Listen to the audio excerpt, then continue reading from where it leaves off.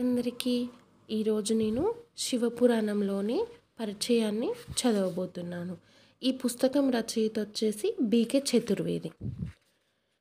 శివపురాణం మహాపురాణమా కాదా అనేది సందేహాస్పదంగా ఉన్నప్పటికీ కొన్ని సమయాల్లో మహాపురాణాల జాబితాలో శివపురాణానికి బదులుగా వాయుపురాణం అని కూడా ఉంటుంది. కాబట్టి ఇది ఒక ముఖ్యమైన గ్రంథం అనడంలో సందేహమేం లేదు. ఏ విధమైన వర్గీకరణలను వాయిదా వేయడానికి ప్రజాదరణ పొందిన దేవత. ఎందుకంటే హిందూ సుప్రీం డైటీలలో విష్ణువు, శివుడు మరియు బ్రహ్మ అన్ని వర్గాల జీవులచే ఆదరించదగిన శివుడు మాత్రమే. అతను దేవతలకు మరియు మానవులకి ఆరాధ్య భగవంతుడు కాకుండా రాక్షసులకు మరియు హృదయాలచే పూజింపబడ్డాడు. తన భక్తులను వారి జాతిని బట్టి వేరు చేయని ఏకైక భగవంతుడు భక్తి మరియు విశ్వాసం ద్వారా మాత్రమే. అందుకే రావణుడు మొదలైన చాలా ఘోరమైన రాక్షసులు కేవలం శివుడి నుంచి మాత్రమే వరాలను పొందారు. వాస్తవానికి పురాతన ఋషులు 18 పురాణాలను 3 విస్తృత వర్గాలుగా విభజించారు మరియు ప్రతి సమూహంలో 6 గ్రంథాలు ఉన్నాయి. హిందూ త్రిమూర్తులు బ్రహ్మ, విష్ణువు మరియు శివుడు కలిగి ఉంటారు. బ్రహ్మను సృష్టికర్తగా, విష్ణువుని సంరక్షకుడిగా మరియు శివుడు సృష్టిని నాశనం చేసేవాడుగా పరిగణించబడతాడు. ముగ్గురు ముఖ్యమైన దేవుళ్ళు కాబట్టి ఏ పురాణంలోనైనా ముగ్గురికి తగిన ప్రాధాన్యత ఇవ్వబడుతుంది.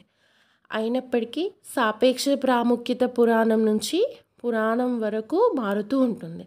సర్వోన్నత దేవత అంటే విష్ణువు యొక్క వివిధ అవతారాల గురించి ఎక్కువగా మాట్లాడే గ్రంథాలను సాత్విక పురాణాలు అంటారు. సృష్టికి ప్రాధాన్యతనిచ్చే గ్రంథాలను బ్రహ్మకు ఎక్కువగా ప్రాధాన్యత ఇస్తాయి మరియు వాటిని రాజసిక పురాణాలు అని పిలుస్తారు. మరియు విధ్వంసక అంశాన్ని నొక్కి చెప్పేవి పరమేశ్వరుని తామసిక పురాణాలు అంటారు. ఈ విధంగా శివపురాణం 3 వర్గానికి చెందింది. ఈ వర్గంలోని ఇతర పురాణాలు మత్స్యపురాణం, కర్మపురాణం, లింగ, సికంద మరియు అగ్ని పురాణం. ఈ పురాణాలన్నీ సృష్టికి సంబంధించిన రికార్డులను దాని ఆరంభం నుంచి ప్రతిష్ఠించబడ్డాయి. సృష్టి యొక్క అంశాన్ని నొక్కి చెప్పడం ప్రకారం వచనం భిన్నంగా ఉంటుంది. శివపురాణం హిందువులకు చాలా పవిత్రమైన గ్రంథం, ముఖ్యంగా శివునికి విశ్వాసానికి కట్టుబడి శైవ అని పిలువబడేవారికి. ఇది 24,000 శ్లోకాలను కలిగి ఉంటుంది.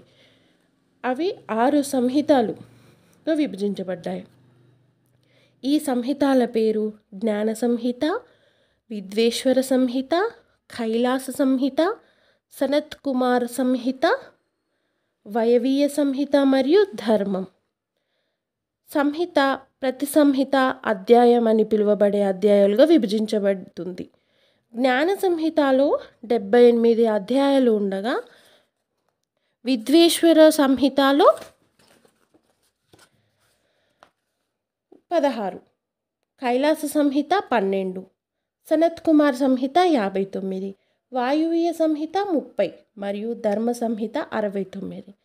ఈ పురాణాలన్నీ వేదాలచే సంకలనం చేయబడ్డాయి మరియు సవరించబడ్డాయి మరియు అతని శిష్యుడు రోమహర్షణుడు లేదా లోమహర్షణుడు అని శివుని యొక్క అత్యున్నత ప్రాధాన్యతను నొక్కి చెప్పడానికి జ్ఞానులు మరియు ఋషులు ముందు తన శివ పురాణాన్ని పఠిస్తారు. ఇంతకు ముందు సూచించినట్లుగా ఇతర దేవతల నుండి సహాయం లేదా వాగ్దానం లేని వారందరికీ శివుడు నిజంగా ఆరాధ్య దైవం. అందుకే ఆయన ఆరాధనలను చాలా తేలిక విష్ణువు యొక్క ఆరాధన వలె కాకుండా ఖరీదైన మరియు గొప్ప ఆచారాలను అవసరమయ్యే ఒక మూలం లేదా పువ్వు ద్వారా అతను శాంతింపజేయవచ్చు లేదా సంతోషింపజేయవచ్చు. శివారాధనలో అత్యంత ప్రాముఖ్యమైనది భావస్వచ్ఛత. విధ్వంసానికి బాధ్యత వహించేవాడు. అతను సంతోషిస్తే వినాశనాన్ని వాయిదా వేయగల సామర్థ్యం చాలా ఎక్కువ. అదే అతనికి విపరీతమైన పావులారిటికి కారణం. ఈ అత్యంత ప్రసిద్ధ హిందూ దేవత గురించి లోమహర్షణుడు ఋషి జ్ఞానులను మరియు ఋషులకు ఏమి చెప్పాడో ఇప్పుడు మనం చర్చిస్తాం.